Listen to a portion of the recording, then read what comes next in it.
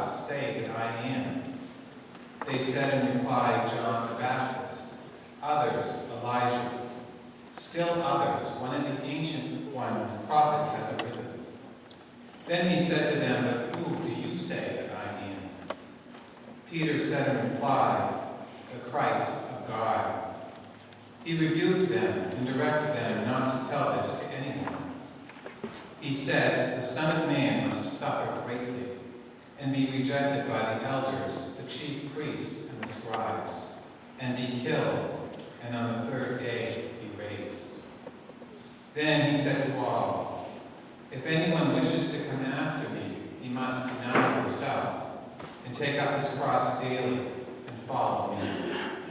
For whoever wishes to save his life will lose it, but whoever loses his life for my sake will save it." The Gospel of the Lord. Praise to you, Lord Jesus Christ.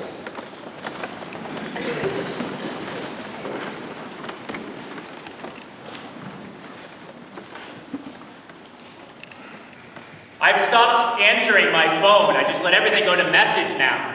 It's not that I don't want to talk, it's just that I keep getting all these calls from salespeople, telemarketers, and this year especially from the dreaded opinion poll. It seems it was so bad during primary season. We would get multiple calls every day asking our opinion about some candidate or issue or other. Sometimes there's so many opinion polls, it seems like the only reason why we have elections anymore is to see if the polls were right. Well, I suppose it makes sense to have opinion polls, especially when they're asking, what's your favorite candidate? That's more something of a subjective thing. But it makes less sense when they have opinion polls about things that are objective, matters of right or wrong. You might read about an opinion poll that says that a majority of people support abortion or support an unjust war. But just because 51% of people support something doesn't make it right. A majority may win an election, but it doesn't change the reality of human nature and human life. Some things are just always right or wrong, no matter what the circumstances or what people think. It's always wrong to go into a nightclub and start shooting people. It's always wrong to hate people simply because of a group they belong to, because they're gay or because they're Muslim. It's wrong how our politics so often takes a tragedy like the Orlando shooting and immediately uses it as a wedge to further divide people, to play on our fears and prejudices. Jesus never ran for political office, but one day, just for fun, he decided to take a poll among his disciples. And this poll had just one question: who do people say that I am? Well, the apostles made a few phone calls and they gathered the results and then they reported back to Jesus. Jesus, here's the results. 32% of people say that you are John the Baptist, come back from the dead. 28% of people say that you're Elijah. 21% of people say that you're one of the other prophets, and a further 18% remain undecided. What this poll came up with was the fact that there was a deeply divided electorate. There was a lot of different opinions out there about who this Jesus was. But do you know what all those opinions had in common? All of them? They were all wrong. Every one of them. Because Jesus was none of those things. Jesus is not John the Baptist. He's not Elijah. He's not one of the prophets. Those may have been popular opinions, but they weren't right. And so then Jesus asks the most important question. He says, "But who do you say that I am?" Put aside for a minute what the polls say, what's the popular opinion. Who do you say that I am?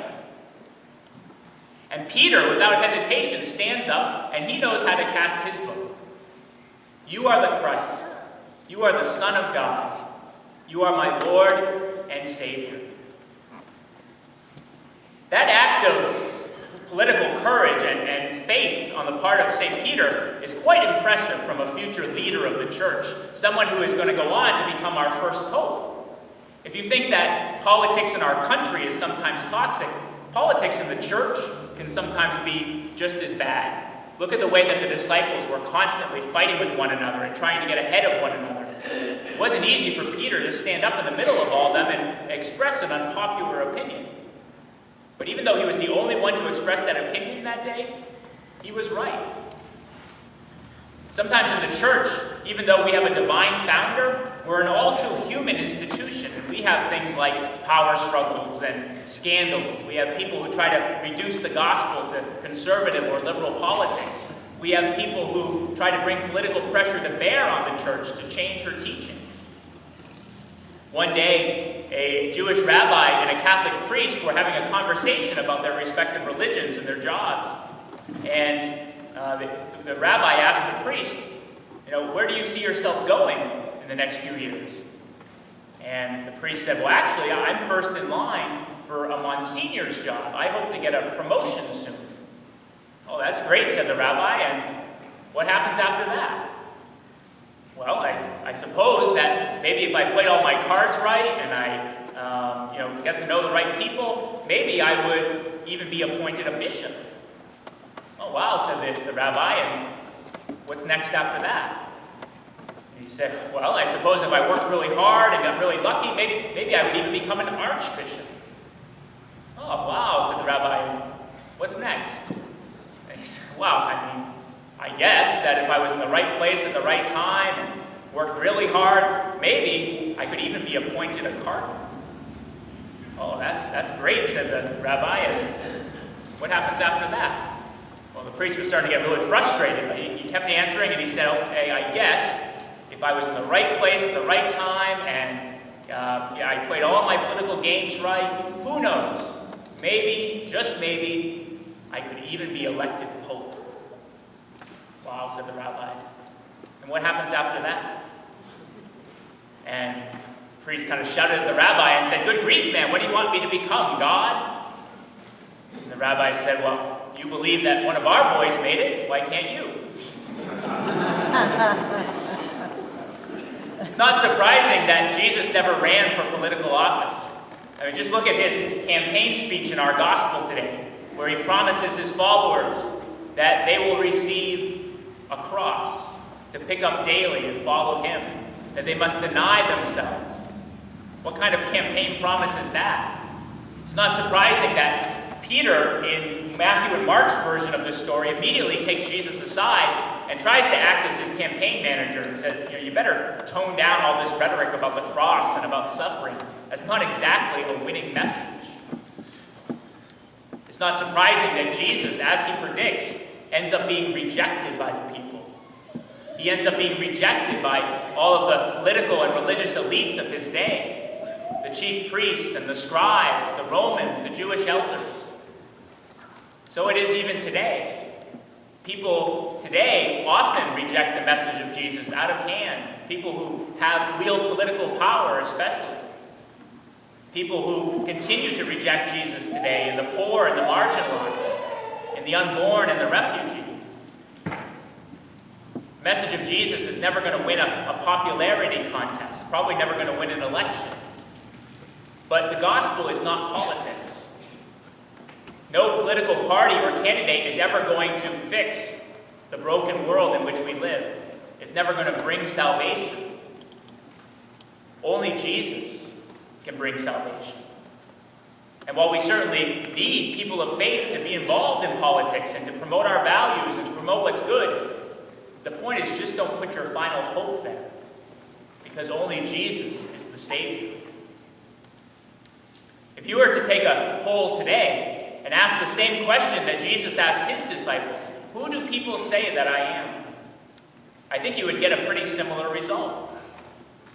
A certain percentage of people, probably a majority, would say that Jesus, he was a good man who lived a couple thousand years ago. He taught a lot of good things about love and forgiveness. Another percentage, probably smaller, would say that Jesus was a bad man, that he brought nothing but suffering. But all those answers remain inadequate. They're not the right answer. Perhaps your phone rings today, and you pick it up accidentally, and you regret it immediately because it's another opinion poll, and you're about to hang up, but they say, stop, wait, we just have one question for you.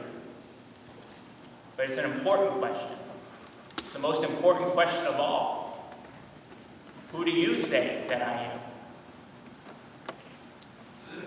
Jesus is never going to win any elections or popularity contests or opinion polls. But with St. Peter, I know where to cast my vote. You are the Christ, the Son of God. You are my Lord and Savior.